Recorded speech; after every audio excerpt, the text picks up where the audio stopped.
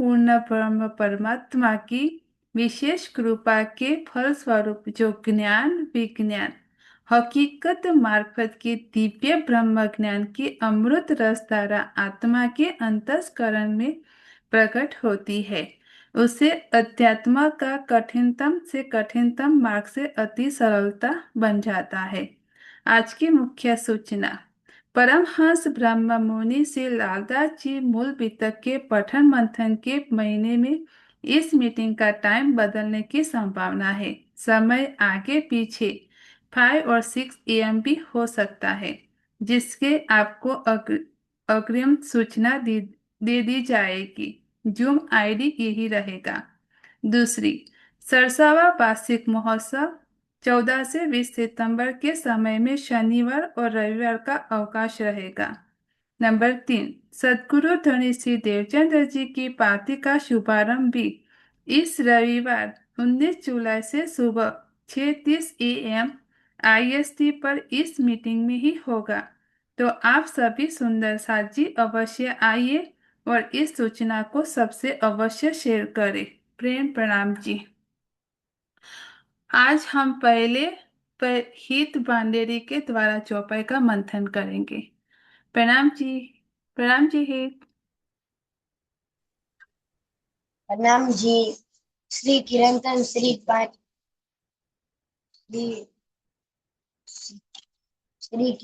श्री 5 पद्मावती पूरी धाम में अवतरित इस किरंतन में चितवानी के लिए प्रेरित किया गया।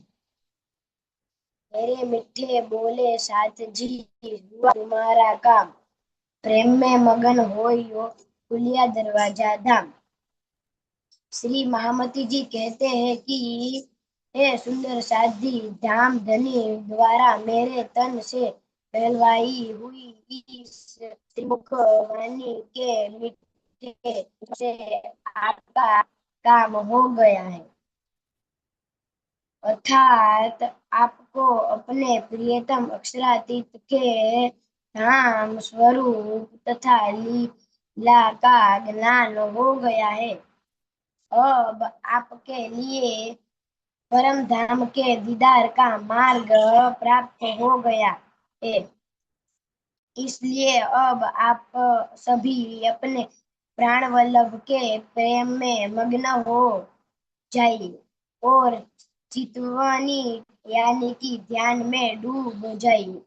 इस जागनी ब्रह्मांड में सुंदर साध का प्रमुख कार्य था स्वयं को, निज घर को तथा अपने प्रियतम को जानना, जो श्री मुखवाणी के अवतरण से पूर्ण हो गया। इस ज्ञान की सार्थकता इसमें है कि धाम धनी की चितवानी की जाए। श्री महामती जी कहते हैं कि मेरे धाम हृदय में बैठकर अक्षरातीत धाम धनी जी स्वलीला अद्वैत परम धाम का वर्णन करते रहे हैं। उसी परम धाम में अपनी सुरता लगाना एवं सुंदर साथ की सेवा करना ही अपना मुख्य काम है। अपने परम धाम के अखंड सुख तो अनंत है, यद्यपि उन्हें मन वाणी द्वारा व्यक्त नहीं किया जा सकता, किंतु यदि हम अपने आत्मिक नेत्रों से देखे तो यह स्पष्ट हो जाएगा कि वह अनंत सुख भी चितवनी द्वारा हृदय धाम में बहुत बहुत सुगमता से प्राप्त है। भावार्थ, पंचभौतिक शरीर के नेत्रों से मात्र बाह्य जगत को ही देखा जा सकता है। अखंड परम धाम के अनंत सुखों की अनुभूति करने के लिए आत्मिक दृष्टि का होना अनिवार्य है। इस प्रकार प्रियतम की शोभा एवं लीला के नियमित ध्यान में आनंद पूर्वक डूबे रहकर अपने निज घर को देखना चाहिए। श्री किरंतन टीका श्री राजन स्वामी जी। प्रकाशक श्री प्राणनाथ ज्ञानपीठ संस्थान। प्रणाम जी। प्रणाम जी। आपने बहुत अच्छे से पढ़ा। अब आगे हम वाणी गायन का रस करेंगे आशिमा जी के द्वारा। क्यों ना होवे प्रेम। बहुत अच्छे प्रणाम। प्रणाम हित। जी। बहुत अच्छे हित बेटा। आप जोड़ जोड़ के जिस स्टाइल से बोले, आपने दिल छू लिया, दिल जीत लिया। हाँ जी आशिमा जी, प्रणाम जी। प्रणाम जी सुंदर साथ जी, प्रेम प्रणाम जी। क्यों न होए प्रेम इनको जो धनी को लेवे माहे नैन। क्यों न होए प्रेम इनको जो धनी को लेवे माहे नैन।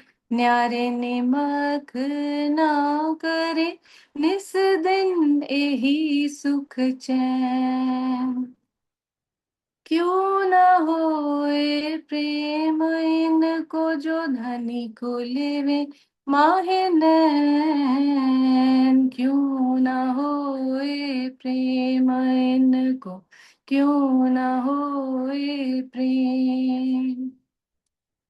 क्यों न होए प्रेम इनको जो निरखे धनी के अंग। पलक ना पीछी फेरत आठों जामुछ रंग। पलक ना पीछी फेरत आठों जामुछ रंग। क्यों न होए प्रेम इनको जो धनी को लेवे माहे नैन। क्यों न होए प्रेम इनको जो धनी को लेवे माहे नैन। क्यों न होए प्रेम इनको, क्यों न होए प्रेम। क्यों न होए प्रेम इनको जाको देखे धनी नजर।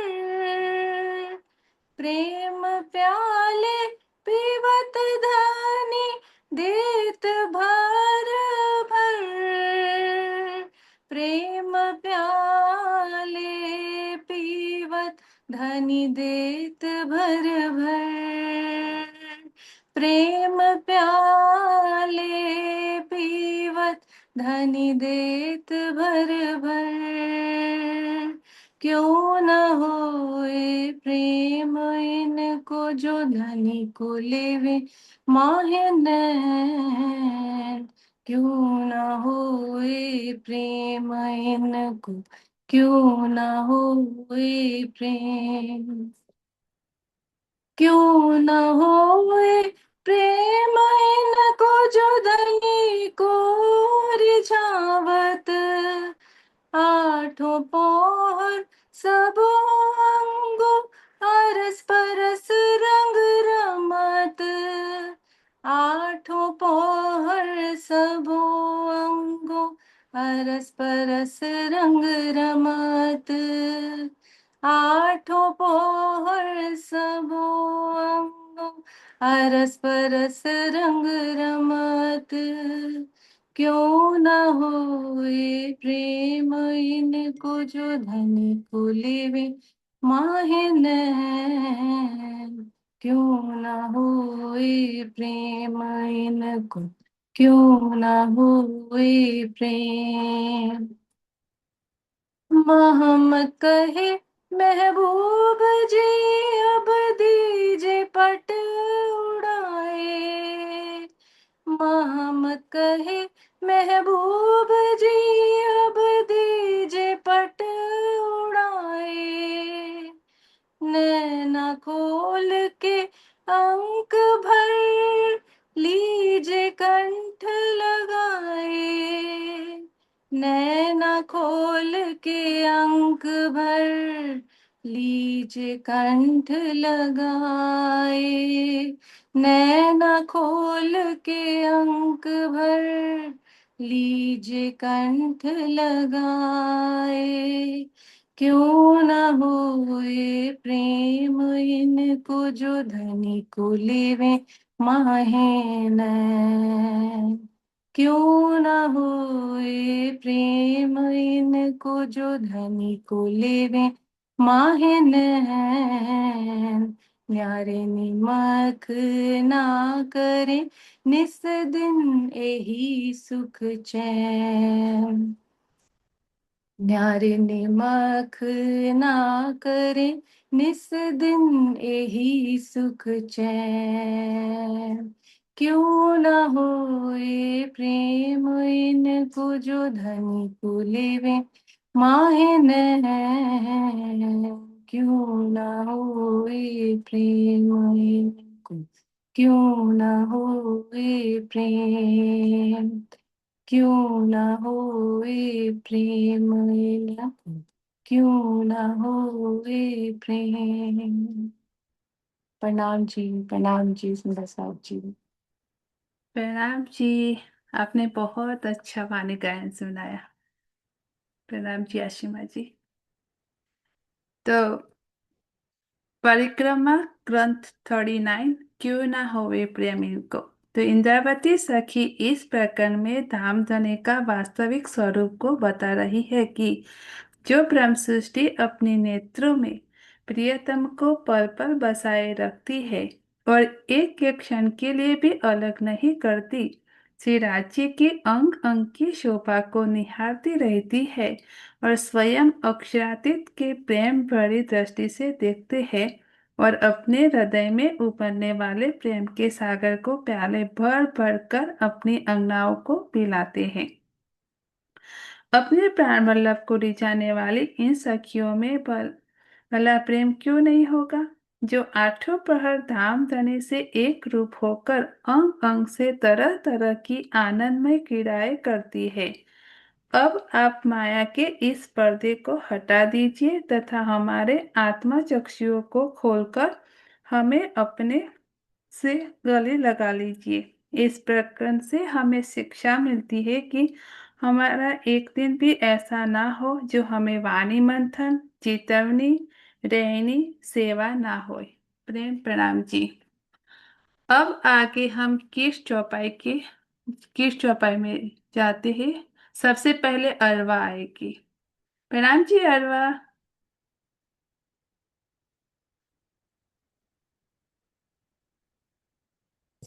प्रणाम जी। मन के हारिए हारिए, मन के जीते जी, ही कर देवे सत जी, मन ही कराए फजी। प्रणाम जी। प्रणाम जी अरवाशनी। अब आगे हम नेक्स्ट किड्स पे जाते हैं शयाना को। प्रणाम जी शयाना। मन के प्रथम मन के हारे हारे, मन के जीते जीत, मन ही देवे सत साहिबी, मन ही करे फजीत। प्रथम लागू दो चरण को, धनी छुड़ाए किना, लाख तली लाल एरिया, मेरे जीव के यही जीवन, मेरे जीव के यही जीवन। इन पाँव तले पड़ी रहो, धनी नजर खोलो बातों न, पलन वालों निरखो नेत्रे, मेरे जीव के यही जीवन, मेरे जीव के यही जीवन। प्रणाम जी। प्रणाम जी। अब आगे और राही के पास। प्रणाम जी राही। प्रणाम जी। मेरे धनी दाम की दुल्हा, मैं कर ना सकी पहचान, अब रो मैं याद कर कर जो मारी है की बात। कोई देख कर साला तुमको, तुम भला चाहे थे, शरत टंकी न छोड़िए, सूरत पीछे फिराओ जिन पर नाम की। प्रेम प्रणाम जी। सभी बच्चों ने बहुत अच्छे चौपाई पढ़ के सुनाई। अब आगे हम ध्यान की ओर जाएंगे। अब 5 मिनट के लिए हम ध्यान करेंगे।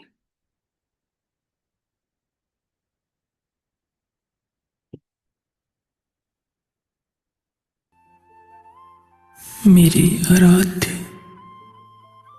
मेरी सर्वस्व,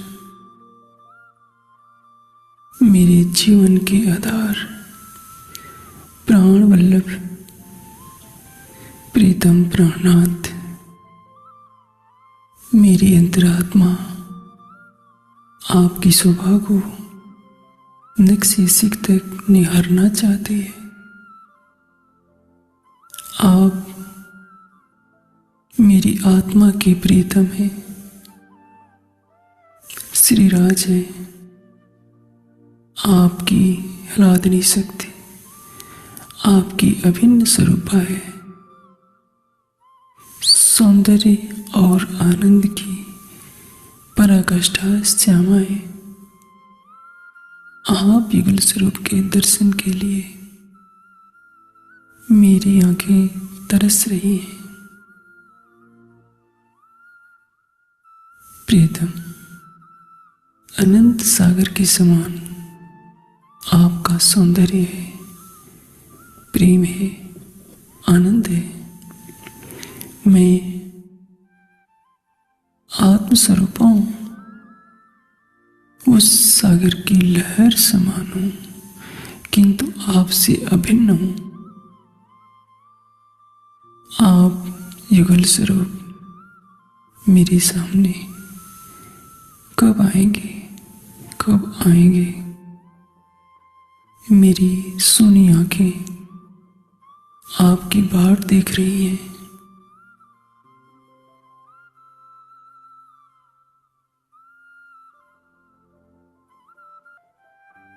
मम प्राणेश,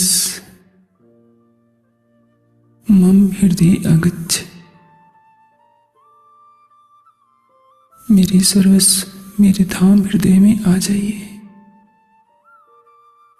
आम जानवान भक्तिमान निर्विकारश्च भवामि। आम मृतभाषी सत्यवादी च भवामि। मैं ज्ञानवान, निर्विकार और भक्तिमान हो जाऊं। मैं सत्यवादी और प्रतिभासी हो जाऊं।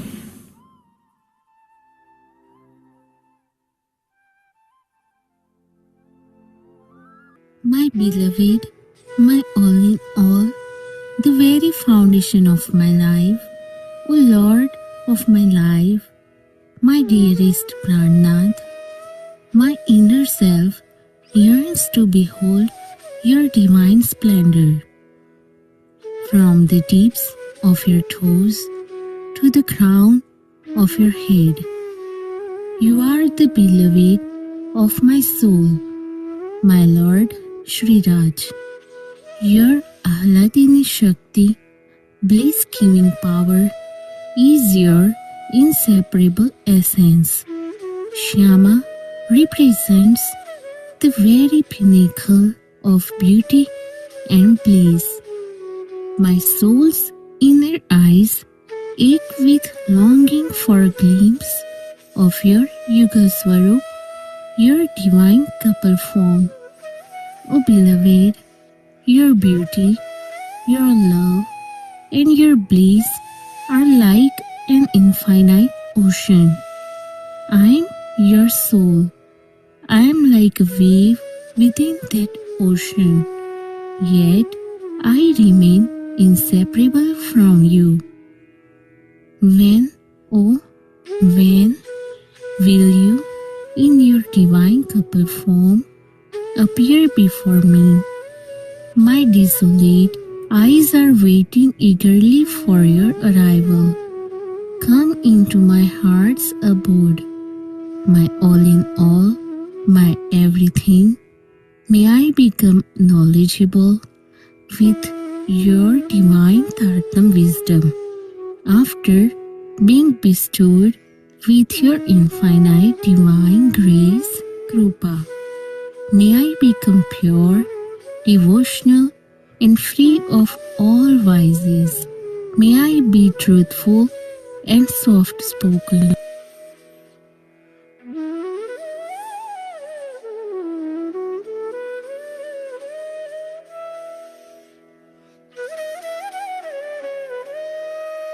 प्रेम प्रणाम जी सुंदर साथ जी। चितवनी अर्थात आत्मिक नेत्रों से परम धाम के 25 पक्षों, युगल स्वरूप और अपनी परात्म को देखना।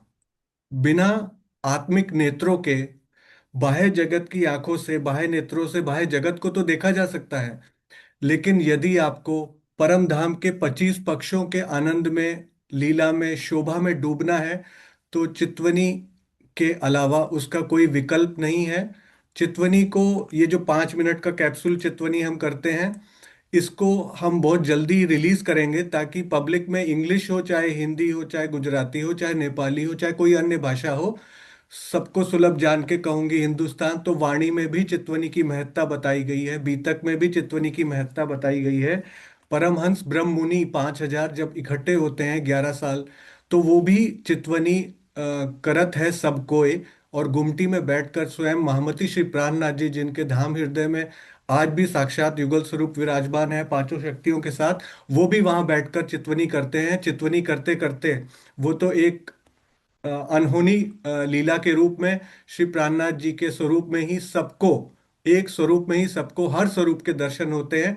और वाणी के पधराने के बाद 1751 के बाद से, जब से वाणी पधराई गई, उसके बाद से हमारे लिए चितवनी ही एक आधार है, एक वाणी का बेस लेकर, जो हम पढ़ रहे थे अभी तक, तारतम का तारतम, खिलवत परिक्रमा, सागर श्रृंगार, कि हम अपने धाम हृदय में युगल स्वरूप को कैसे बसाएं। तो इस चितवनी की जो भी आपको नॉलेज मिले, उस नॉलेज को 1,000 नहीं, 1 करोड़ हाथों से बांटिए। स्वामी जी कहते हैं कि 100 काम छोड़कर आपको भोजन करना है तो 1,000 काम छोड़कर स्नान करना है, तो 1,00,000 काम छोड़कर आपको वाणी मंथन करना है, स्वाध्याय करना है, और अन्य साहित्य पढ़ने हैं तो 1 करोड़ काम छोड़कर चितवनी करनी है।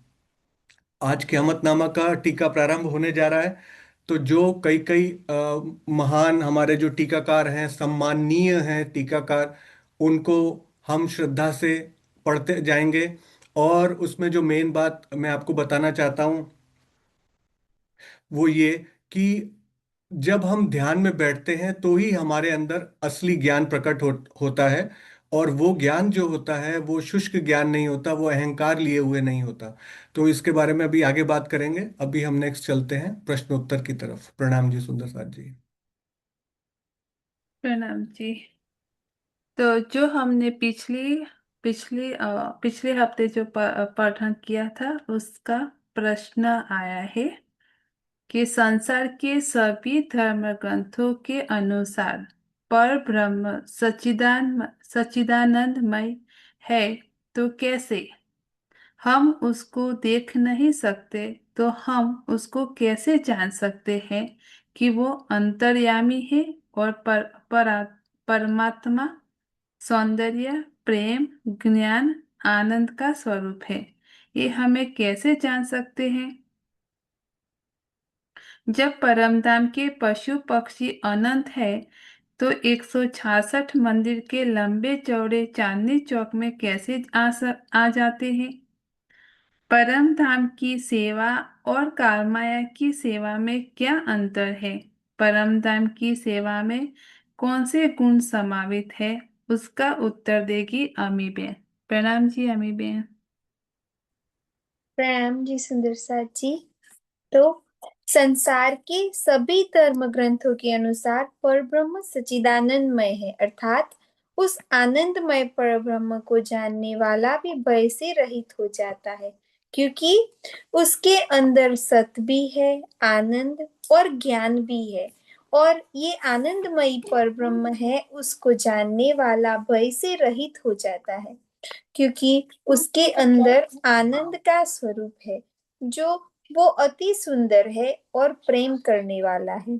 जैसे हम किसी फ्रूट को बाहर से देखते हैं तो हमें कैसे पता चलता है कि वो मीठा है कि नहीं?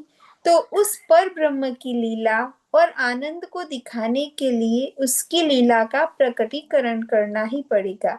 और कठोपनिषद में के अनुसार वो चेतनों का भी चेतन है, और कोई भी लीला के प्रकटीकरण में 5 सेंसेस से होता है, जैसे कि आंख भी चाहिए और सौंदर्य भी चाहिए, अगर कान चाहिए तो मधुर वचन भी चाहिए, नासिका चाहिए तो सुगंधित पदार्थ भी चाहिए, जीवा चाहिए तो मीठा मीठा मीठा चरण भी चाहिए।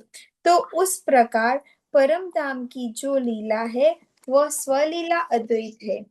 पर ब्रह्म के अनंत प्रेम और आनंद गुण को लीला रूप में व्यक्त करने के लिए हकीकत से लीला रूपे श्यामा जी, सखिया एवं 25 पक्षों का स्वरूप दिखता है, और इसीलिए हम कहते हैं कि राजी का स्वरूप प्रेममयी है और आनंदमयी है।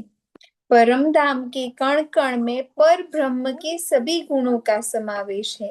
परम धाम की सेवा में एकत्व, वाहिदत, इश्क तथा निस्बत है, और संसार की सेवा से वह पूर्णतया अलग है। प्रणाम जी। प्रणाम जी। अब दूसरा क्वेश्चन है, बंदरों द्वारा साग सब्जी लाना तथा सखियों के द्वारा उसे पकाना क्या सिद्ध करता है? क्या परम धाम में भी भूख लगती है? सच्चिदानंद परब्रह्म को सखियों के साथ यमुना जी के जल में स्नान करना, प्रातःकाल जलपान करना, दोपहर का भोजन करके 3 बजे तक लेटना, पुनः वनों में सवारी करना और वापस आकर नृत्य देखकर सो जाना, क्या इस संसार की किसी राजा महाराजा जैसी लीला नहीं है? इसे ब्रह्म की लीला रूप में क्यों दर्शाया गया है? उसका उत्तर देगी नीलम बेन। प्रणाम जी नीलम बेन। जी प्रणाम जी सुंदरता जी। परम धाम में पशु पक्षी को भी से राज्य से अलग स्वरूप नहीं मानना चाहिए। वहां का एक एक कण ब्रह्म रूप है। वहां भूख, प्यास, जन्म, मरण आदि विकारों का प्रवेश भी नहीं है। ऐसी स्थिति में भोजन बनाना, खाना पीना, नहाना का प्रश्न ही नहीं है, किंतु धामधनी ने यहाँ के भावों के अनुसार ऐसा दर्शाया गया है। ये सब लीला के रूप में दर्शाया गया है, उसे लौकिक दृष्टि से नहीं देखना चाहिए।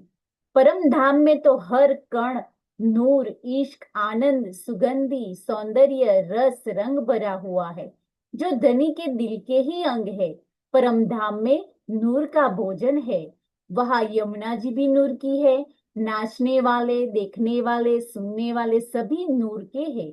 ये सब मसाला यहाँ का जब पहले राजा महाराजाओं के महलों में लीला इस तरह होती थी, इसलिए यह दृष्टांत यहाँ का लेके समझा रहे हैं।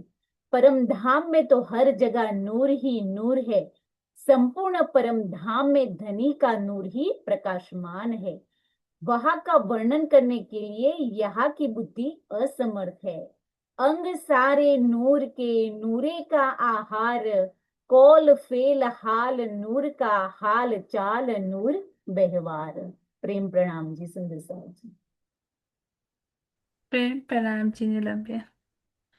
अब हम आगे छोटा कयामत का मंथन करेंगे, पर उससे पहले कृपा अनुभूमिका का पठन करेगी। प्रणाम कृपा जी। प्रणाम जी। बोलो श्री प्राणनाथ प्यारे की जय, सद्गुरु महाराज की जय।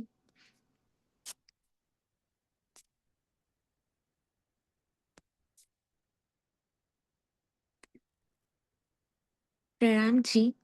अनुभूमिका प्राणाधार श्री सुंदर साथ जी अक्षरातीत श्री राज जी के दिल में इल्म के अनंत सागर है। उनकी एक बूंद श्री महामती जी के दाम हृदय में आई, जो सागर का स्वरूप बन गई। इसलिए कहा गया, नूर सागर सूर मार्फत, सब दिलो करसी रोशन। अर्थात ज्ञान के सागर के रूप में यह तारतम वाणी है, जो मारिफत के ज्ञान का सूर्य है। यह ब्रह्मवाणी सबके हृदय में ब्रह्म ज्ञान का उजाला करती है। हक इल्म से होत है अर्श बका दीदार, का कथन अक्षरशः सत्य है। इस ब्रह्मवाणी की अलौकिक ज्योति सुंदर साथ के हृदय में माया का अंधकार कदापि नहीं रहने देगी। इस ब्रह्मवाणी की थोड़ी सी अमृतमयी बूंदों का भी रसास्वादन करके जीव अपने लिए ब्रह्म साक्षात्कार एवं अखंड मुक्ति का दरवाजा खोल सकता है।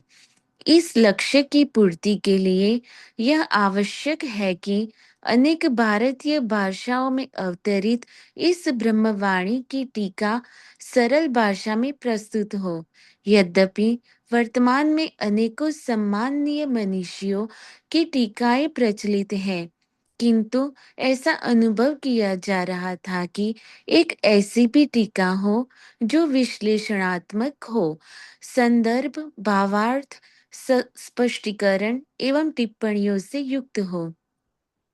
मुझ जैसे अल्पज्ञ एवं अल्प बुद्धि वाले व्यक्ति के लिए यह कदापि संभव नहीं था, किंतु मेरे मन में अचानक ही यह विचार आया कि यदि कबीर जी और ज्ञानेश्वर जी जैसे संत अपने योग बल से बैंसी से वेद मंत्रों का उच्चारण करवा सकते हैं, तो मेरे प्राण वल्लभ अक्षरातीत मुझसे टीका की सेवा क्यों नहीं करवा सकते। इसी आशा के साथ मैंने अक्षरातीत श्री जी के चरणों में अंतरात्मा से प्रार्थना की। धामधनी श्री राज श्यामा जी एवं सदगुरु महाराज श्री राम रतन दास जी की मेहर की छवि तले मैंने यह कार्य प्रारंभ किया। सरकार श्री जगदीश चंद्र जी की प्रेरणा ने मुझे इस कार्य में दृढ़ता पूर्वक जुटे रहने के लिए प्रेरित किया। इन सब का प्रतिफल यह टीका है। सभी सम्माननीय पूर्व टीकाकारों के प्रति श्रद्धा सुमन समर्पित करते हुए मैं आशा करता हूँ कि यह टीका आपको रुचिकर लगेगी। सभी सुंदर साज से निवेदन है कि इसमें होने वाली त्रुटियों को सुधार कर मुझे भी सूचित करने की कृपा करें, जिससे मैं भी आपके अनमोल वचनों से लाभ उठा सकूं एवं अपने को धन्य धन्य कर सकूं। आप सबकी चरणारज राजन स्वामी जी, श्री प्राणनाथ ज्ञानपीठ सरसावा, जिला सहारनपुर, उत्तर प्रदेश, भारत।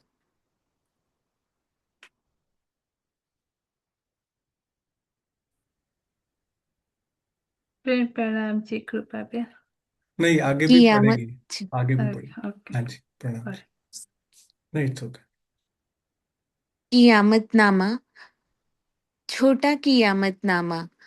भला वह कौन सा पाषाण हृदय होगा जो वैशाख, ज्येष्ठ, मई, जून के महीने में दहकते हुए सूरज की तपिश से तप्त रेगिस्तान में सावन भादों की फुहारों जैसी स्थिति से आह्लादित न होता हो।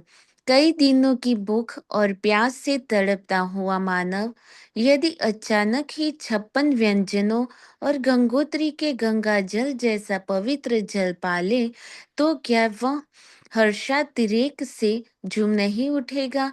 वर्षों से पिंजरे में सिसकता हुआ पक्षी जब उससे मुक्त होकर स्वच्छंदता पूर्वक नीले गगन में विहार करेगा, तो क्या वह प्रसन्नता के आंसुओं से अपनी चोंच को भिगो नहीं लेगा।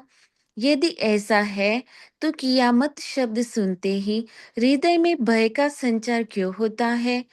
घने अंधकार से परिपूर्ण रात्रि में समुद्र में उठे भयंकर झंझावात तूफान से जूझता हुआ यात्री जब अपनी नौका सहित अपने जीवन को बचाने का प्रयास करे और पास में ही किसी प्रकाश स्तंभ को देखे तो वह कितनी प्रसन्नता का अनुभव करेगा, यह सहज ही सोचा जा सकता है।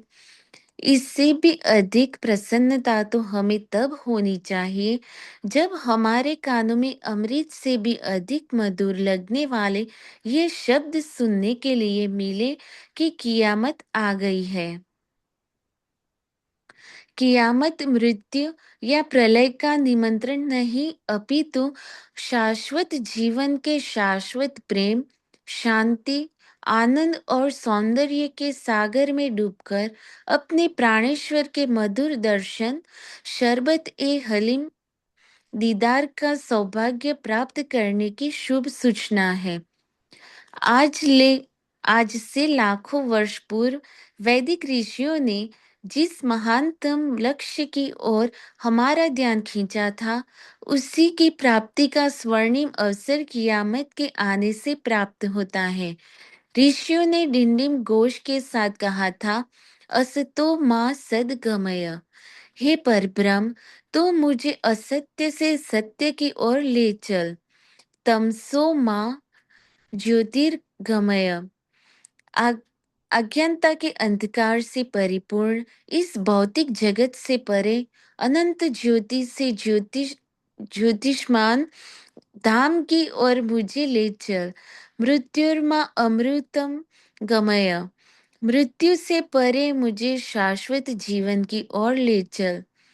वैदिक ऋषियों का यह उद्घोष तब फलीभूत होता है जब 11वीं सदी में हमारे प्राण वल्लभ, प्राण प्रियतम, अक्षरातीत परमधाम का अलौकिक ज्ञान लेकर श्री प्राणनाथ जी स्वरूप में इस नश्वर जगत में प्रकट होते हैं और सारे संसार को यह आह्वान करते हैं कि संसार के लोगों, अब तुम्हें संसार चक्र में भटकते हुए दुखों की दावाग्नि में जलने की आवश्यकता नहीं है। मैं तुम्हारे लिए अमृत से भी मधुर व तारतम ज्ञान लाया हूँ, जिसके रसास्वादन से तुम परब्रह्म को अपने आत्मचक्षुओं से स्पष्ट रूप से देखोगे। अंततः श्रवणों से उनकी दिव्य वाणी सुनोगे और अंततः रचना से तुम स्वयं ही उनसे वार्तालाप करने में सक्षम हो जाओगे। इसे ही तो कियामत पुनरुत्थान का आना कहते हैं। क्या यह प्रसन्नता के आवेश में अपने प्राणेश्वर को पहचान कर उन पर समर्पित होने का समय नहीं है? क्या उस तारतम ज्ञान की अमृत धारा का रसपान करके संसार के अन्य प्राणियों को भी उस अमृत धारा के आनंद में डुबोना हमारा नैतिक उत्तरदायित्व नहीं है? कानों से सत्य को सुना जाता है और आंखों से सत्य को प्रत्यक्ष देखा जाता है।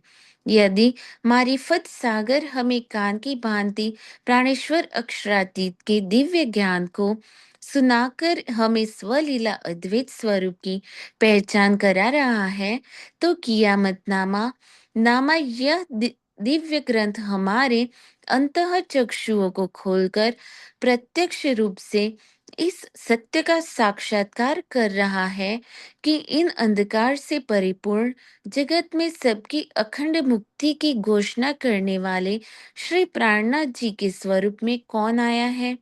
वे हमें कहाँ ले जाना चाहते हैं, वहां जाने से हमें क्या मिलने वाला है तथा वहां जाने के लिए हमें क्या करना पड़ेगा।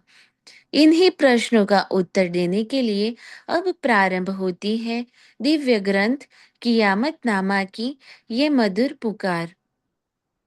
प्रणाम जी। प्रणाम जी सुंदर साथ जी। मैं 2 मिनट के लिए इसके ऊपर जाना चाहूंगा। अभी जो हमने पढ़ा, तो हमने ये देखा कि क्यामत का शब्द जो होता है उसको कितना क्लियरली डिफाइन किया स्वामी जी ने। और यहाँ पर जो मैं आपको उनका विशेष हर टीका की अनुभूमिका में जो लिखा होता है कि उनके अंदर जो जो भी ये बूंदें प्रकट हुई ज्ञान की, वो अक्षरातीत के हृदय में ये ब्रह्मवाणी क्या है। ये ब्रह्मवाणी जो है ये महामती जी के धाम हृदय में आई है एक बूंद। अक्षरातीत के हृदय में तो इलम के अनंत सागर हैं, एक नहीं अनंत। और उसकी एक बूंद महामती जी के धाम हृदय में आई और वो स्वयं सागर बन गई। और इसी प्रकार अगर हमें ये वाले टीका को देखेंगे, जैसे हम आगे आगे बढ़ेंगे, तो आपको इस चीज का वर्णन स्वयं समझ, इस शब्दों का अर्थ और भावार्थ जो यहाँ लिखे गए हैं, इनका अर्थ और भावार्थ आपको तभी समझ में आएगा जब आप इस टीके के अर्थ और भावार्थ में डूबोगे। क्योंकि ये टीका जो है सभी पूर्व टीकाकारों के सम्मान पूर्वक श्रद्धा सुमन समर्पण करते हुए, अक्षरातीत के चरणों में अंतरात्मा से प्रार्थना करते हुए, सदगुरु महाराज श्री राम रतन दास जी बड़े महाराज जी के मेहर के तले और सरकार श्री की जगदीश चंद्र जी की प्रेरणा स्रोत के फल स्वरूप प्रतिफल में इस टीका को हम पढ़ने वाले हैं। एक बार क्या हुआ, सुंदर साथ जी 2 मिनट लूंगा। एक बार सुकरात को किसी देवी ने जाकर सब वहां पे जहां सोक्रेट्स बोलते हैं, कोई सुकरात बोलता है, सुकरात को एक देवी जाकर बोलती है कि विश्व का सबसे बड़ा विश्व का जो ज्ञानी व्यक्ति है वो हमारे समाज में ये व्यक्ति है, सुकरात, सोक्रेट्स। तो सुकरात पहुंच जाता है तुरंत वहां पर और उनको बोलता है कि ये क्या बोल गई। वो बोलता है दुनिया का सबसे बड़ा मूर्ख इंसान मैं हूं। तो सब जनता परेशान। अब वो देवी के पास पहुंच जाती है, तुम कुछ कह रही हो, सुकरात कुछ कह रहा है। तो देवी बोलती है, मैं फिर बोलती हूं, सुकरात से बड़ा बुद्धिमान इस पूरे संसार में आपको विश्व में ढूंढ लो, नहीं मिलेगा, आप सारे चले जाओ ढूंढने।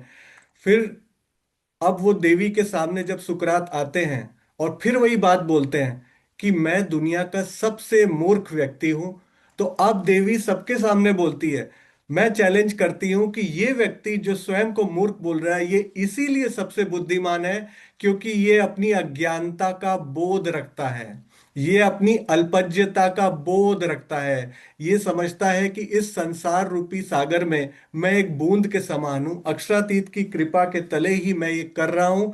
जो भी करवाया जा रहा है कठपुतली बन के मैं कर रहा हूं, मेरे बस की कोई बात नहीं है, मेरे औकात में कुछ नहीं है, ये सिर्फ उसकी कृपा और मेहर के तले हो रहा है।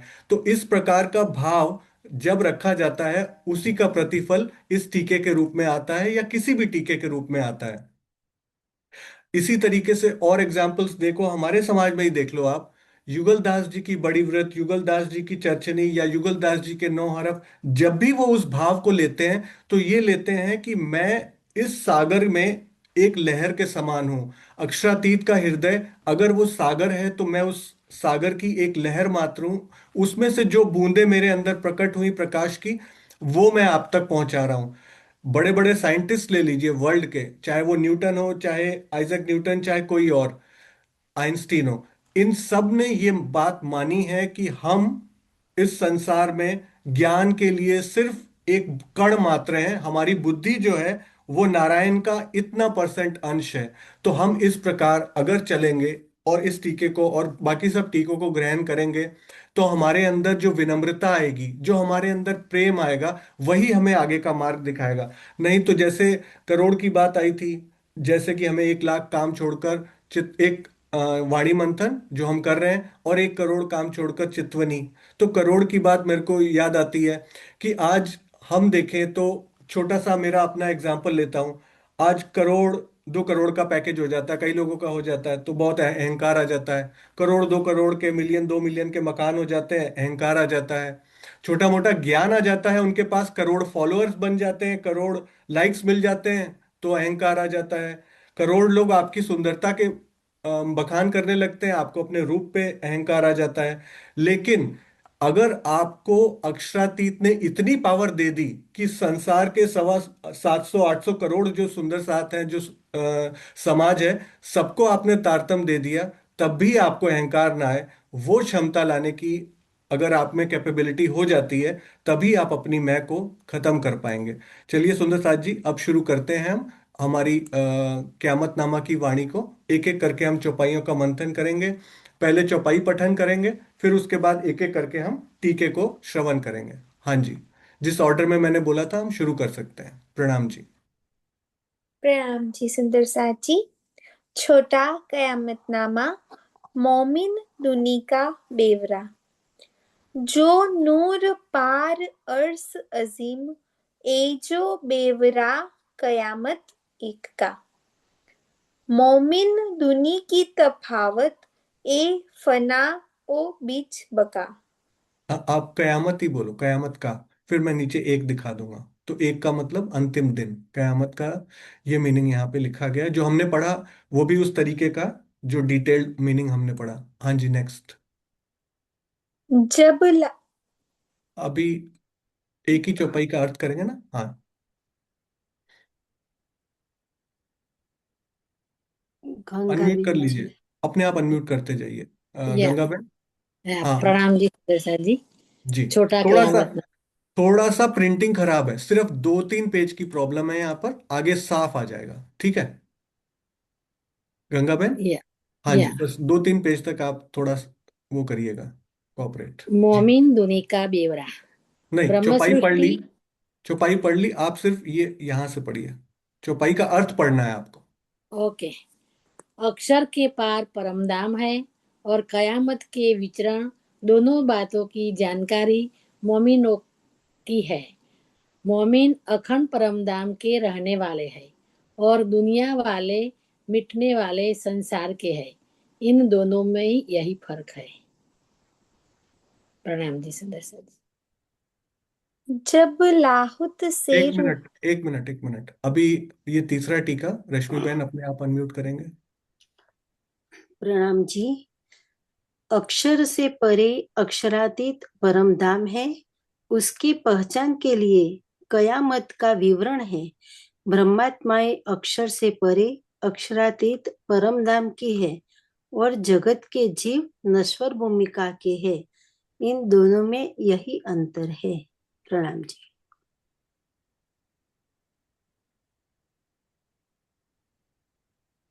जी प्रणाम। नेक्स्ट।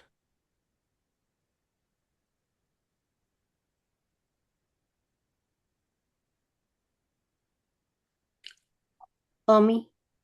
मेघा।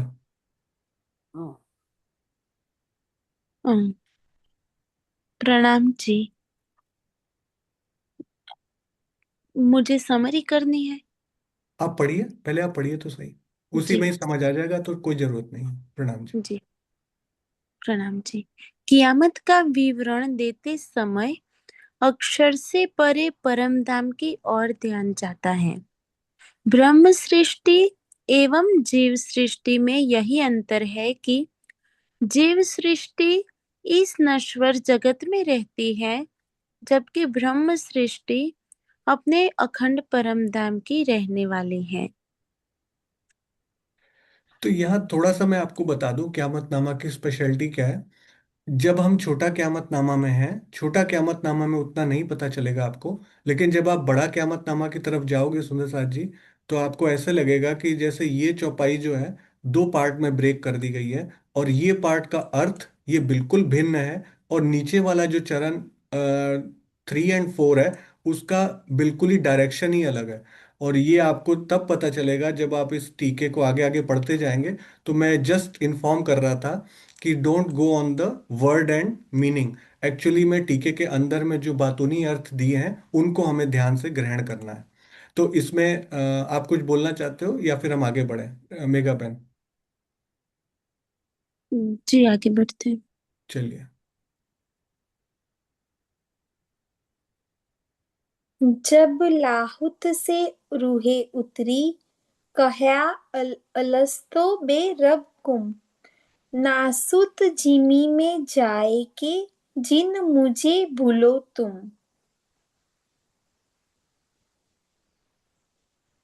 क्या मैं नहीं हूँ खावंद तुम्हारा। अ, कुम कुम का मतलब था वो। अलस तो बेरब कुम का, सॉरी। एक्चुअली में अलस्त। क्या है, हाँ जी, ये पूरी आयत बोल लो, जो भी बोल लो, इस पूरी का टोटल मीनिंग होता है कि क्या मैं तुम्हारा खाविंद नहीं हूं, ऐसा मीनिंग में दिया गया ना। तो इसके लिए नहीं है, एक्चुअली ये पूरे के लिए है। गुड। नेक्स्ट।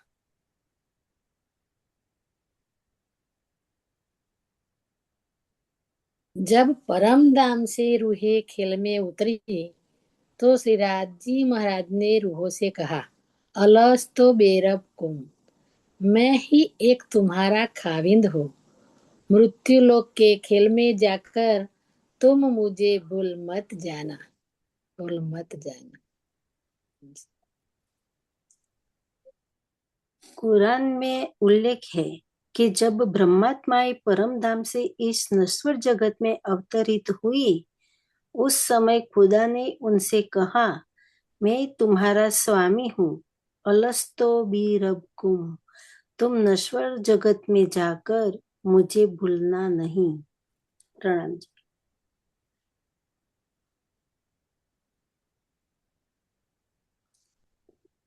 जब जब परमधाम से ब्रह्मात्माएं इस नश्वर संसार में अवतरित हो रही थी, तो प्रियतम अक्षरातीत ने उनसे पूछा था कि क्या मैं तुम्हारा एकमात्र प्रियतम नहीं हूँ? मृत्यु लोक में जाकर कहीं तुम मुझे भूल न जाना। तो यहाँ पे ये प्रश्न पूछा गया, थोड़ा सा इसको एक्सपेंड कर दूंगा कि हाँ, आप बोल लीजिए पहले, सॉरी। नहीं, आप ही बोलो। ठीक है, कोई भी बोल सकता है, आप चारों को होस्ट हो, आप चारों बोल सकते हो। तो अमी बहन, इसमें ना क्वेश्चन मार्क है, जो आपने पूछा ना कुम का मीनिंग है, तो यहाँ पे क्वेश्चन मार्क है पूरा, कि क्या मैं तुम्हारा एकमात्र प्रीतम नहीं हूँ, ठीक है ना।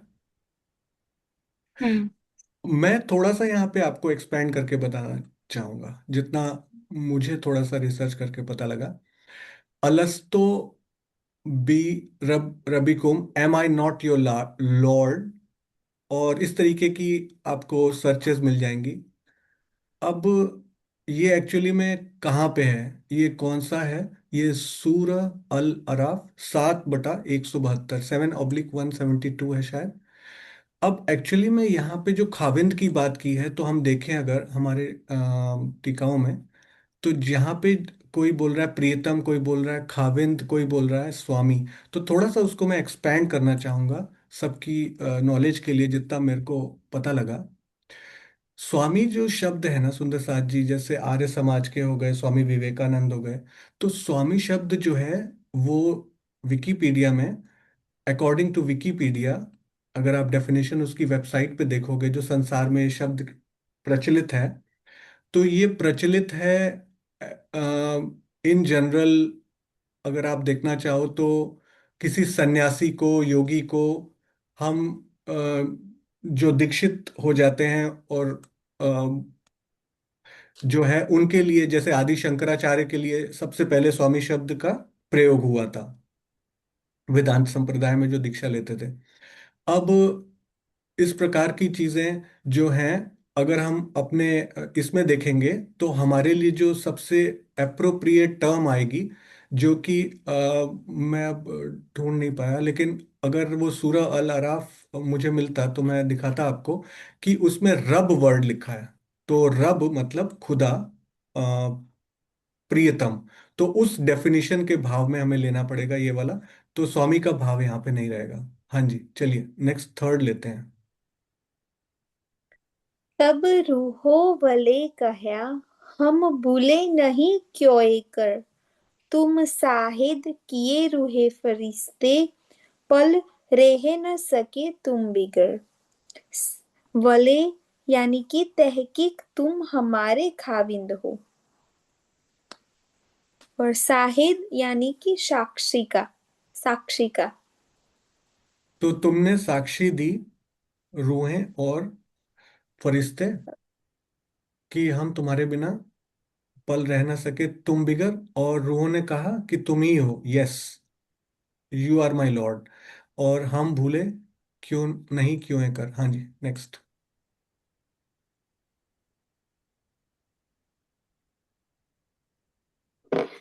तब रूहों ने वले कहकर जवाब दिया, अर्थात निश्चित ही आप हो हमारे खाविंद हैं, हम किसी तरह से भी आपको भूलेंगे नहीं। आपने हमें, हम रूहों के लिए असराफिल फरिश्ते को गवाह बनाया है, हम आपके बिना एक पल भी नहीं रह सकते। प्रणाम जी सुंदर सत्य। तब ब्रह्मात्माओं ने कहा, अवश्य, भले, आप ही हमारे स्वामी हैं। हम आपको किसी भी प्रकार नहीं भूलेंगे। आपने हम आत्माओं के लिए देवदूतों, फरिश्ताओं को साक्षी बनाया है। हम आपके बिना पल मात्र के लिए भी नहीं रह सकती। प्रणाम जी।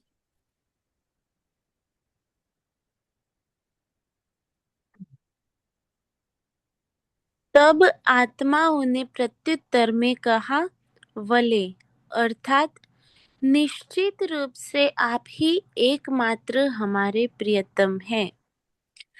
हम किसी भी प्रकार से आपको भूल नहीं सकती हैं। आपने इसके लिए ब्रह्म सृष्टियों तथा ईश्वरीय सृष्टि को साक्षी रखा है। हम तो आपके बिना एक पल भी नहीं रह सकती है।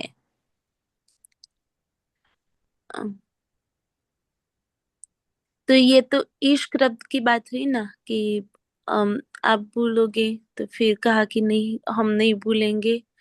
और अम, अब खुद इतना भरोसा था कि वो भी कह दिया कि आपने तो साक्षियां भी हमारे लिए साक्ष्य भी रख दिए हैं, जो है ईश्वरीय सृष्टि, कि हम आपको नहीं भूलेंगे। हाँ, ये इश्क रब्त के समय है, बिल्कुल सही बात है। वो लास्ट में जो डायलॉग हुआ था वो यही था कि अलस्तु बिरबकुम, तो उन्होंने कहा था वले, मतलब आप ही हमारे खाविंद हो, एकमात्र प्रियतम हो, और हम आपको नहीं भूल सकती। आपने इसके लिए तुम साहित किए रूहे फरिश्ते, तो इसमें दो वर्ड हैं, रूहे भी हैं और फरिश्ते भी है। तो यहाँ पर आपने जो है इसके लिए ब्रह्म सृष्टियों को और ईश्वरी सृष्टि को साक्षी रखा है कि हम आपको नहीं भूल सकते और हम आपके बिना एक पल भी नहीं रह सकते। हाँ जी।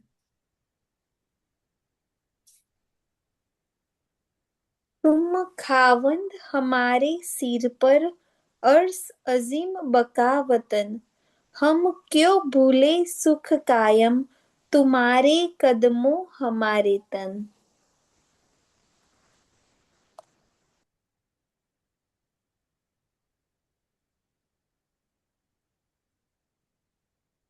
चलिए जल्दी जल्दी गंगा बहन अनम्यूट करिए। प्रणाम जी। आप हमारे धनी है, हमारे रक्षक है, अखंड परमधाम हमारा घर है। हम अखंड सुखों को कैसे भूल जाएंगे, जबकि हमारी परात्म आपके चरणों तले बैठी है। प्रणाम जी।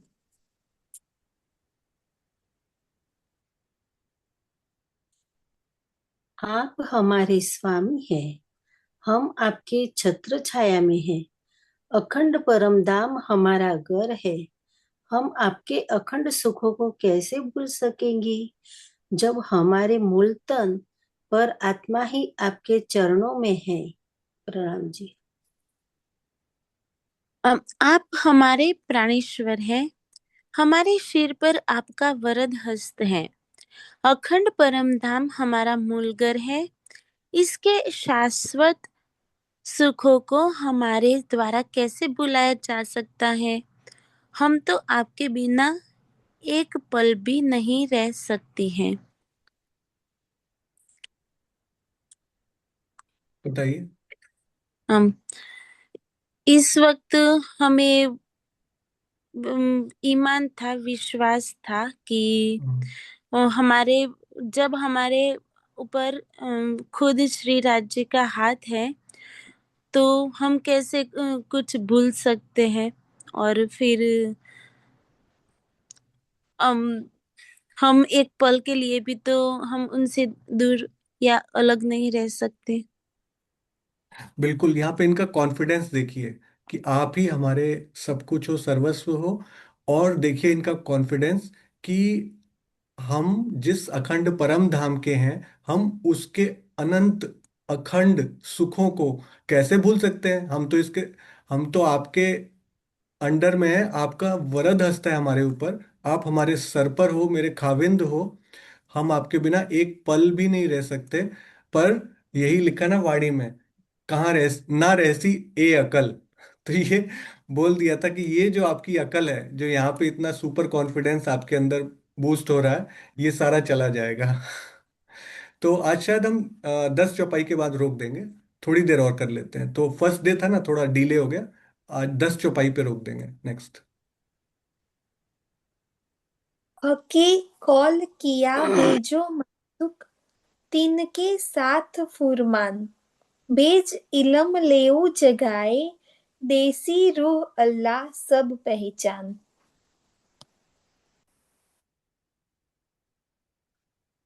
श्री राजी महाराज ने वायदा किया कि मैं अपने माशूक श्यामा महारानी को भेजूंगा और उनके साथ जागृत बुद्धि का ज्ञान भेजकर तुम्हें जगा लूंगा। श्यामा महारानी तुम्हें सब पहचान कराएंगे। उस समय परमात्मा ने वचन दिए, मैं श्री श्यामा जी को संदेशवाहक बनाकर तुम्हारे लिए भेजूंगा। उनके साथ मेरा संदेश होगा। मैं अपना ब्रह्म ज्ञान भेजकर तुम्हें जागृत कर लूंगा। श्री श्यामा जी इसी ब्रह्म ज्ञान के द्वारा तुम्हें सब प्रकार की पहचान करवाएगी। प्रणाम जी। श्री राज्य ने ब्रह्मात्माओं को यह वचन दिया कि मैं तुम्हें साक्षी देने के लिए कुरान के साथ मोहम्मद साहब माशूक को भेजूंगा। श्यामा जी को तारतम ज्ञान देकर भेजूंगा। उनके द्वारा तुम्हें परमधाम की संपूर्ण पहचान प्राप्त होगी। तो इसमें हमें कॉन्फिडेंस था कि हम नहीं भूलेंगे, लेकिन राज्य को पता था कि हम तो भूलेंगे ही। तो फिर इसके लिए पहले से ही मोहम्मद साहेब उनको भेजा कुरान में सब अपनी साक्षियां अपना संदेशा लेकर, और फिर तारतम ज्ञान लेकर श्यामा जी को भेजा, और फिर उनकी और परमधाम की पहचान दी। जी। इसमें हाँ बोलो। बस इसमें बिल्कुल क्लियर है कि हके कॉल किया मतलब वायदा किया, वचन दिया कि मैं तुम्हारे लिए माशूक के साथ फुरमान भेजूंगा। यानी कि फुरमान यानी कुरान के अंदर जो हमारे प्रमाण होंगे वो फुरमान के रूप में लिखा है। फिर भेज इलम लेऊं जगाए, मतलब अब जागने के लिए तुम्हें श्यामा जी के साथ तारतम ज्ञान भेजूंगा, क्योंकि वहां जाकर तुम आगे आएगा जो प्रसंग वो पढ़ेंगे। और देसी रूह अल्लाह यानी श्यामा जी जो हैं वो इलम्स के द्वारा तुम्हें जगाएंगी, तब तुम्हें पहचान होगी। तब उसके बिना इनके बिना तुम जाकर भी वहां पर नहीं हो पाओगी। चलिए नेक्स्ट। हाथ रसूल के फुरमान रूह अल्लाह साथ इलम हादी करावे हजूर बंदगी खोले पट हक के हुक्म। रसूल साहेब के हाथ कुरान और श्यामा महारानी के हाथ जागृत बुद्धि का ज्ञान भेजूंगा। श्यामा महारानी जी श्री राज्य के हुक्म से सब पर्दे हटाकर मेरा दर्शन कराएगी। इस प्रकार परमात्मा ने अपने संदेशवाहक रसूल के हाथ संदेश भिजवाया और श्री श्यामा जी के साथ जागृत बुद्धि का ज्ञान तारतम ज्ञान भिजवाया। अब श्री श्यामा जी श्री राज्य के आदेश से अज्ञान के आवरणों को दूर कर पर ब्रह्म परमात्मा की भक्ति करवाएगी।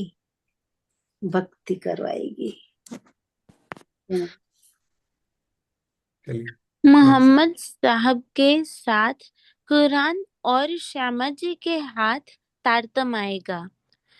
मूल स्वरूप के आदेश से श्री प्राणनाथ जी सभी सुंदर साथ को मूल मिलावे का ध्यान कराएंगे तथा निराकार का आवरण अवरोध हटाकर सभी की सुरता को प्रियतम का साक्षात्कार कराएंगे।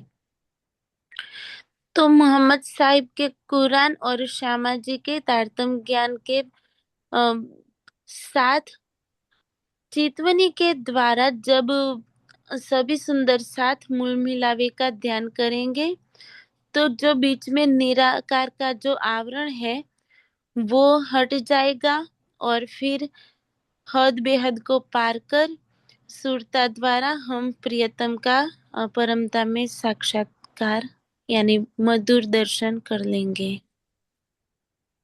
अब समराइज अच्छा कर लेते हो। और एक और टीका आने वाला है, अगर वो मिल गया तो लालदास जी का हस्तलिखित टीका है।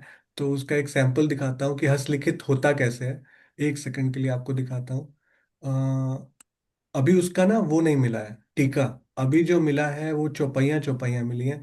बट हस्तलिखित का एक आपको सैंपल अगर देखना हो, जो बड़ा क्यामत छोटा क्यामतनामा का हस्तलिखित जैसे हम पढ़ रहे हैं, तो ये देखिए ये हस्तलिखित है। अम्मी बहन पढ़िए चौपाई। ये पहली चौपाई है ना जो हमने आपने पढ़ी अभी तक। इतना अच्छा सा हमने डिस्कस किया। अलस्तु बेरबकुम वाली सेकंड है। अब ये पढ़ लो, ये इजी थी। सेकंड वाली पढ़ लो। जब जब लाहुत से रूहे उतरी हाँ कह्या अलस्त अलस्तोबेर कुम रब कुम। हाँ जी। रब कुम आगे। मास। इसमें क्या है? इसमें दो चीजें हैं, मैं आपको बता दूं अम्मी बहन। जितना मुझे नॉलेज है, जो एक आध चीज मुझे पता लगी है छोटी सी, वो ये कि सारे शब्द जो है ना वो सारे जुड़े रहेंगे, अक्षर। तो आपको पता नहीं लगेगा कि वर्ड कहाँ कट हो रहा है, नंबर वन। नंबर टू है कि ये लोग ना श को ख पढ़ते हैं। तो जहां आशीष होगा वहां पे आखीख लगेगा आपको। तो श को ख नहीं, सॉरी उल्टा होगा। हाँ ऐसा कुछ है। जहां आशीष लिखा होगा आपको आखीख पढ़ना है। श को ख पढ़ना है। ओके, खट रुति में वो लोग षट रुति लिखेंगे। ठीक है, तो आपको खट ऋतु पढ़ना है। और आ का जो पैटर्न है वो थोड़ा डिफरेंट है। छोटी मोटी चीजें और भी होंगी तो मुझे पता चल जाएंगी तो मैं आपको बताऊंगा। हाँ जी, आगे पढ़िए यहां से। तीसरा चरण।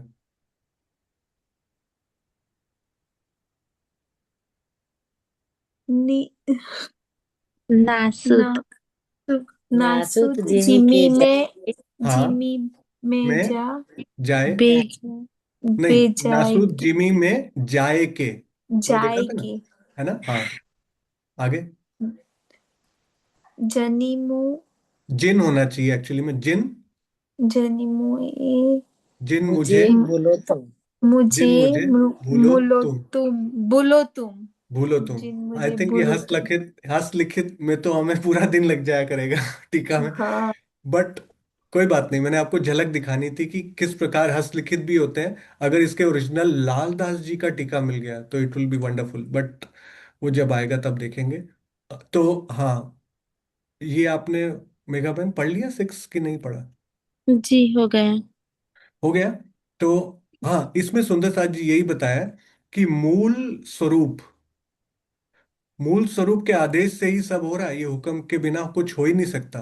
तो आ, हक के हुक्म के बगैर कुछ भी नहीं हो सकता। तो मूल स्वरूप के हुक्म से, आदेश से हादी करावे हजूर बंदगी। हजूर मतलब मूल मिलावे, और प्रियतम। प्रियतम यानी हमारे जो हजूर हैं वो प्रियतम है, उनकी बंदगी। अब ये बंदगी वर्ड जो है ना, इसको हमने कैसे घटाना है ये हमारे ऊपर डिपेंड करता है। करेक्ट ना? हम इसको कैसे भी मोल्ड एंड फोल्ड कर सकते हैं, बट एक्चुअली में इसका अर्थ यही है कि हम प्रियतम का साक्षात्कार करेंगे तो मूल मिलावे का ध्यान। अब एक चौपाई आती है ना, कल मैं स्वामी जी की एक चर्चा देख रहा था 5 ही मिनट की, श्रृंगार पे कोई आई है कोई चैनल पे, उसमें बोल रहे थे ना, ये मूल मिलावा अपना नजर दीजिए ये नहीं, कौन सी चौपाई आती जिसमें श्याम श्यामा जी और मूल मिलावे का एक लाइन में सब बच्चे याद कर लेते हैं? वो चौपाई है ना कि सुरता एक ही राखी है। हाँ सॉरी, सूरत एक ही राखी है मूल मिलावे माहे। हाँ बोलिए पूरी गंगा बहन, बोलिए पूरी श्लोक। सुरता एके राखिए मूल मिलावे माही। श्याम श्यामा जी साथ जी तले बम बैठे जाही। ठीक है, तो ये चौपाई आती है तो हम सबको बोला जाता है मूल मिलावे का ध्यान करें। श्रृंगार की वाणी जो है वो कहती है ये भी अभी हकीकत की बंदगी है। दिस इज नॉट मारिफत की बंदगी। हकीकत की बंदगी में राज्य की झलक मिलना is nothing as per Swami ji. कहते हैं वो तो अभी स्टार्टिंग पॉइंट है आपका, राज्य की झलक मिलना, उस पर रुक मत जाना।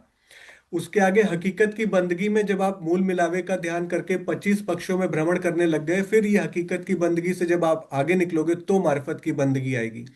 तो वो बंदगी का मतलब जो हमें हकीकत और मारिफत की हमारी स्टेज है उससे लेना है, चितवनी में हम अपनी आत्मा को कहाँ पे पहुंचा पाए, परमात्मा और आत्मा में विलीन कर पाए कि नहीं, जिसका मतलब योग होता है, योगा बोलते हैं उसका, योग वो कर पाए कि नहीं। तो प्राणनाथ जी जो हैं वो हैं हमारे हादी, ठीक है ना। प्राणनाथ जी हादी जो हैं वो हमें जो इलम आया, श्यामा जी के साथ तारतम ज्ञान आया, और मोहम्मद साहब के साथ साथ जो कुरान आया, उसके आधार पर जो है प्राणनाथ जी जो है सुंदर साथ को मूल मिलावे का ध्यान, जैसे बहुत अच्छा आपने घटा के बोला, आप समराइज बहुत अच्छा किया कि ये चितवनी में किस प्रकार हमें आदेश दिया जाता है, आदेश नहीं मतलब निर्देश दिया जाता है कि स्वामी जी की अगर हम चितवनी जो मैं 5 मिनट का कैप्सूल करवा रहे हैं हम उसको हम जल्दी रिलीज करेंगे कि 5 मिनट तो बैठे लोग। तो उस ध्यान के द्वारा आप निराकार के बंधनों को, ये 7 शून्य जिसको बोले जाते हैं, अष्टावरण को पार करके जब आपकी सुरता परम धाम के मूल मिलावे में जाएगी और प्रीतम का साक्षात्कार कराएगी, तभी आपकी बंदगी सफल मानी जाएगी। और खोले पट, यानी ये जो पट है, व्हाट इज दिस पट, ये अवरोध है। ये जो पट है ये अवरोध है, इनमें सबसे पहला पट मेरे हिसाब से जो है वो मैं का होता है, जिसके बिना हम खिलवत में प्रवेश ही नहीं कर सकते, और पांचों प्रकरण यही बोलते हैं 7वें चौपाई पे। तीनों सूरत महमद की, तीन जुदी जुदी करी पुकार, रूहे फरिश्ते लेवे सब साहे दिया, जो लिख भेजी परवरदिगार।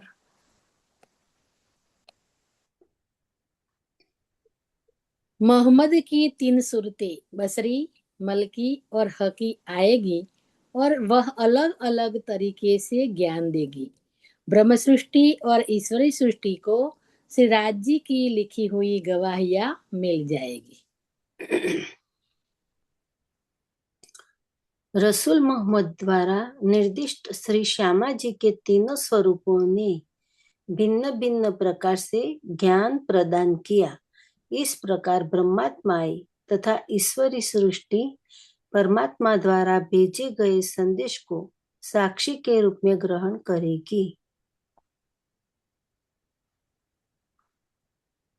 मोहम्मद की तीनों सूरतों अर्थात मोहम्मद साहब, ईसा, अहमद व इमाम मोहम्मद साहिबुज्जमा अर्थात सद्गुरु धनी श्री देवचंद्र जी एवं श्री प्राणनाथ जी ने अलग अलग तरीकों से ब्रह्मात्माओं को जागृत करने के लिए परम धाम का ज्ञान दिया। सभी धर्म ग्रंथों में श्री राज जी के आदेश से जो साक्ष्यां लिखवाई गई थी, ब्रह्म सृष्टियों तथा ईश्वरीय सृष्टियों ने उसे ग्रहण किया। तो इसमें ये सभी सूरतों, मोहम्मद साहब हो या फिर अहमद, इमाम मोहम्मद साहिबुज्जमा यानी सदगुरु धनी श्री देवचंद्र जी हो, वो सभी ने अलग अलग तरीका यानी शरीयत, तरीकत और मारिफत की जो बंदगी होती है वो बताई। और फिर ये सब ब्रह्म सृष्टि और ईश्वरी सृष्टि वो अपने अपने अंकुर के माफक वो बंदगी करके वो अपने जागने के राह पे आगे डग भरेगी। बिल्कुल। और यही हमने देखा कि हक के हुक्म जो अक्षरातीत के जो है आदेश जिसको बोला जाएगा, जो साक्शियां लिखवाई गई थी हक के हुक्म के द्वारा, वो साक्षियों को सिर्फ और सिर्फ जिसको बोलते हैं खास और आम, खास और खासल खास। तो ये खास और खासल खास जो ईश्वरीय और ब्रह्म सृष्टि है, यही उस ग्रहण करेगी, उस ज्ञान में निहित जो हमें आदेश, जो हमारे लिए पहचान दी गई है, उस पहचान को ग्रहण करने की क्षमता ब्रह्म सृष्टि में है ही नहीं। ब्रह्म सृष्टि में एक चीज है, कोई बताएगा? एक चीज है जो सबसे अपार्ट करती है उसको, अगर उसको ज्ञान भी नहीं मिला, उसमें एक चीज होगी। क्या चीज है? प्रेम। प्रेम। हैं? ईमान। Very good. एक ही चीज है ब्रह्म सृष्टि की जो उसको कहती है कि तुम अलग हो, और वो होता है उसका अटल ईमान। उसके ईमान को आप नहीं डगमगा सकते। उसका ईमान जिस राज्य पे बन गया, इस ईमान में उसके कोई कमी नहीं आएगी। कोई भी व्यवधान आ जाए, अवरोध आ जाए, उसकी बुद्धि पे आवरण भी पड़ आए, फिर वापस लौट के वो अपने ईमान धनी पे ले आएगी, क्योंकि उसके अंदर उसका अंकुर जो है वो उसको विवश कर रहा है कि वो ब्रह्म सृष्टि के पहचान की तरफ आगे बढ़े। और इस प्रकार तीनों सूरतें जो हैं, मोहम्मद साहब ने जैसे बताया, आपने शरीयत, हकीकत और मार्फत का ज्ञान जो दिया, तो संसार में सबसे पहले तो हमें यही नहीं पता था कि हम धर्म कहते किसको हैं। तो वो डेफिनेशन इधर से प्राप्त हुई। फिर देवचंद जी ने आड़िका लीला के माध्यम से हमें थोड़ा सा हकीकत के रूप में बताने का शुरू किया, हमारी पुरानी लीलाओं की जानकारी हमें दी, चितवनी भी कराने का प्रयास किया। लेकिन जब तक तारतम वाणी का अवतरण ना हो इमाम मोहम्मद मेहदी साहिबुज़्ज़मा के द्वारा, तो इसमें ऐसा नहीं है कि एक स्वरूप दूसरे से कम है, लेकिन अंत वाला जो स्वरूप है, उसको स्वामी जी जैसे बोलते हैं, वो दोपहर का सूरज है, मारिफत का सूरज है। मारिफत का मतलब ही यही होता है कि उस स्वरूप में सब कुछ है। जैसे कि बोल दिया ना कि दूजा कोई दूजा मर्द ना कहा भी, एक मेहंदी इमाम पूरन।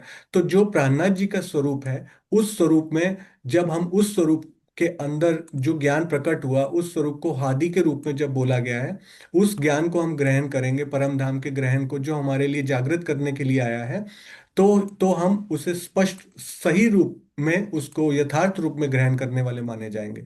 एक लास्ट चौपाई लेंगे, और टाइम बहुत हो गया, तो एट्थ के बाद हम आज रोक देंगे। बसरी, मलकी और हकी, ये तीनों के जुदे खिताब। एक फुरमान ल्याई दूसरी कुंजी, तीसरी खोले किताब।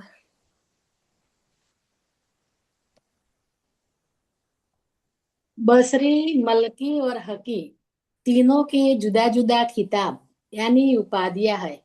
इनमें से बसरी सूरत कुरान का ज्ञान लाई, मलकी सूरत तारतम ज्ञान की कुंजी लाई, तीसरी हकीकत सूरत कुरान के छिपे रहस्यों को खोलकर ज्ञान देगी। प्रणाम जी। श्री श्यामा जी के तीनों स्वरूपों बसरी, मलकी और हक्की को अलग अलग प्रकार की शोभा उपाधियां प्राप्त हुई है। उनमें से एक परमात्मा का संदेश ले आई, दूसरों ने तारतम ज्ञान रूपी कुंजी प्रदान की, तो तीसरे धर्म ग्रंथों के गूढ़ रहस्यों को स्पष्ट करते हैं। प्रणाम जी। बशरी, मलकी, मलायकी तथा हकी सूरत को अलग अलग शोभा मिली। बशरी सूरत को मोहम्मद रसूल, मलकी सूरत को मोहम्मद ईसा अहमद गिरोह मुहम्मदी तथा हकी सूरत को मोहम्मद नूर कहलाने की शोभा मिली। बशरी सूरत से कुरान का अवतरण हुआ, मलकी सूरत तारतम ज्ञान लाई तथा हकी सूरत ने कुरान सहित सभी धर्म ग्रंथों के गुह्यतम रहस्यों को प्रकट किया। तो इसमें बशरी यानी मोहम्मद साहब ने जो कुरान कुरान का अवतरण किया, वो कुरान लाए, और फिर मुझे लगता है कि वो कुरान के अवतरण से ब्रह्म सृष्टि और राज्य की साक्षी तो थी, और फिर सबको कर्मकांड यानी मानवता सिखाने के लिए वो संदेश लेके आए। और फिर मलकी सूरत यानी कि देवचंद्र जी को वो शोभा मिली, वो तारतम ज्ञान की कुंजी लेकर आए।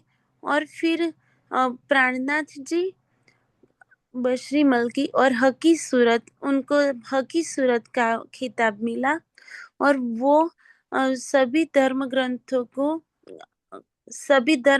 के गुह्य रहस्य को खोलकर एक किया, और फिर सभी धर्म ग्रंथों में जो साक्ष्यां लिखी थी परम धाम की और ब्रह्म सृष्टि की और राज्य की, वो सब रहस्य को उजागर किया। कोई त्रुटि हो तो क्षमा करना। अपनी अपनी बुद्धि से, यहाँ की बुद्धि से हाँ जो बिल्कुल दिल में सही आता है बोला वो आपने। बोलती हूँ। बिल्कुल। बसर, आई थिंक रहना रहना कैसे है, बसर उसको बोलते हैं। तो बसरी सूरत ने वो सब बताया। उसी प्रकार जो है हकी अमल की सूरत, मलाइकी, मैं वर्ड ढूंढ रहा था मुझे मिला नहीं। मलाइकी और तीसरा हकी सूरत जो है, इन तीनों को अलग अलग शोभा मिली है, खिताब। और तारतम का ज्ञान तो सबसे पहले मल की सूरत ही लाई है।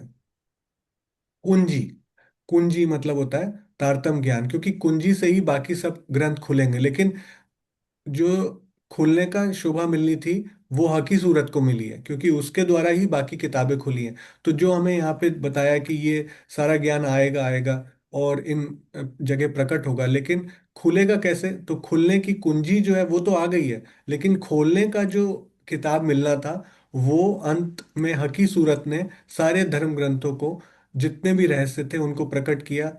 हम पहले भी पढ़ चुके हैं, कलश गुजराती हम पढ़ चुके हैं। इससे पहले हम प्रकाश पढ़ चुके हैं गुजराती, और खटरुती पढ़ चुके हैं। और अब हम नेक्स्ट शुरू करने वाले हैं कल से सदगुरु धनी देवचंद्र जी की पाती। तो आपने देखा होगा कलश में किस प्रकार हिंदू धर्म ग्रंथों के सारे जो भेद थे, और वो संशय की कृत बोलते थे संस्कृत को, जबकि संस्कृत को ना समझने के कारण कितने सारे जो हैं ऋषि मुनि, कितने सारे जो पंडित हैं, उन्होंने स्त्री को और क्षुद्र को तारतम सॉरी वेदों के मंत्र के पाठ करने से भी रोक दिया। तो एक शब्द की गड़बड़ी से वो कहाँ से कहाँ पहुंच जाते थे।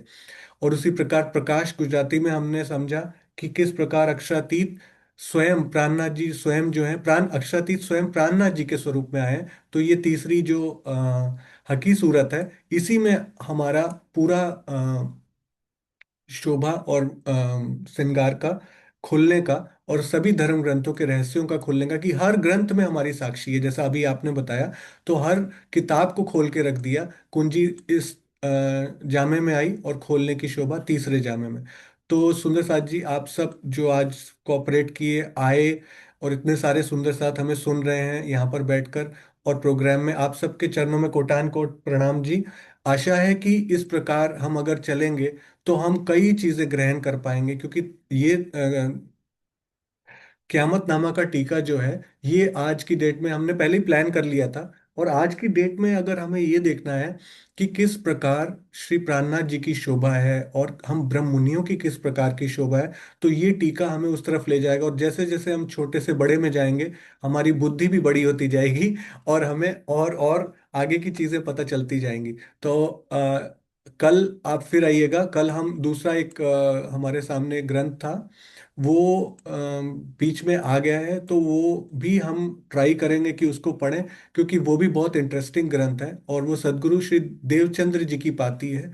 और यही इन्हीं को हमने आज मल की सूरत के रूप में देखा है। तो इन्होंने पाती में ऐसी क्या भेद लिख दिए हैं कि जो हमें सदगुरु से धनी की तरफ ले जाए, धाम धनी की तरफ हमें चलना है, तो सदगुरु की कौन सी ऐसी बात को हमें पकड़ना है, वो ये पाती बता रही है।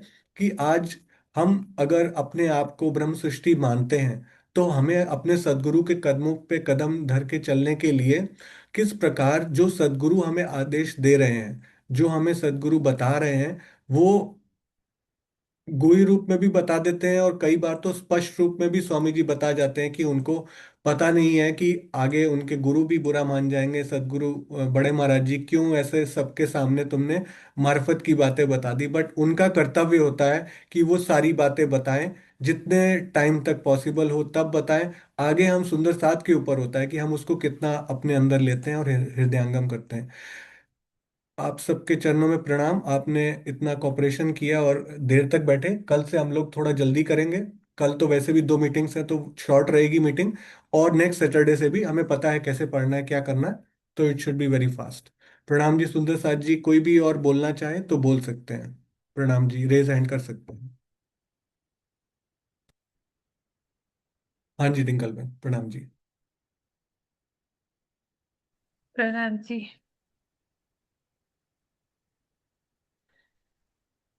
चलिए, प्रणाम जी सुंदर साथ। हाँ जी, किरण के नाम से कौन है? वीडियो ऑन करेंगे सुंदर साथ जी?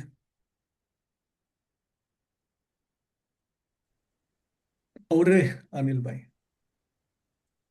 प्रणाम जी सुंदर साहब। प्रणाम जी। एक बात मैं पूछना चाहता था।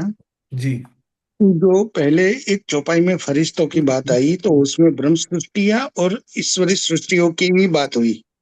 जी तो हम तो जिब्रिल फरिश्ता भी बोलते हैं और असराफिल फरिश्ता भी बोलते हैं, जी। तो उनके अंदर ही आ गए।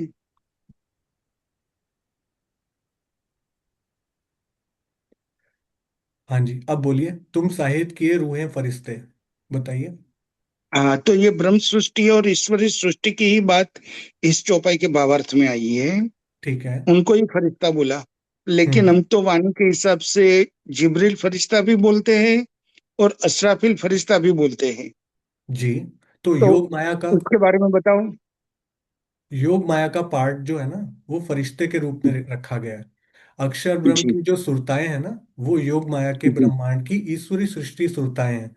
और इसी प्रकार अक्षर ब्रह्म का जो ज्ञान ज्ञान का फरिश्ता है उसको असराफील, और जो जोश का फरिश्ता है, जोश का फरिश्ता यानी जो भी वाणी की प्रकटन जी होगी तो अक्षर, जो योग माया का आवेश है, सॉरी, जोश, तो जो जो अक्षर ब्रह्म का जोश है, सॉरी, जो अक्षरातीत का जोश है, वो अक्षर ब्रह्म का जिब्रील हाँ फरिश्ता जोश का फरिश्ता है। लेकिन वो अक्षर ब्रह्म का आवेश है, यानी योग माया का जो आवेश स्वरूप है उसको हम जिब्रील फरिश्ता के रूप में बोलते हैं। इसी प्रकार जो बुद्धि का स्वरूप है उसको हम असराफील फरिश्ता के रूप में बोलते हैं। और अक्षर ब्रह्म ने इस संसार में जो ये खेल को आनंद लेने की अपनी इच्छा रखी थी, और राज्य के हुक्म से उसको उन्होंने खेल प्रकट किया, और उन्होंने वो खेल का आनंद लिया, ब्रज रास और अब जागनी में ले रहे हैं।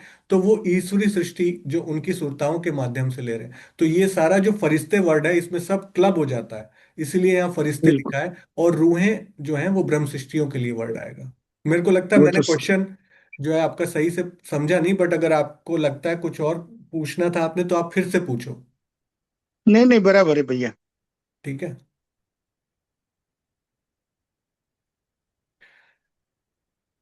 प्रणाम जी, प्रणाम जी सुंदर साथ जी। चलिए फिर हम यहाँ पे समाप्त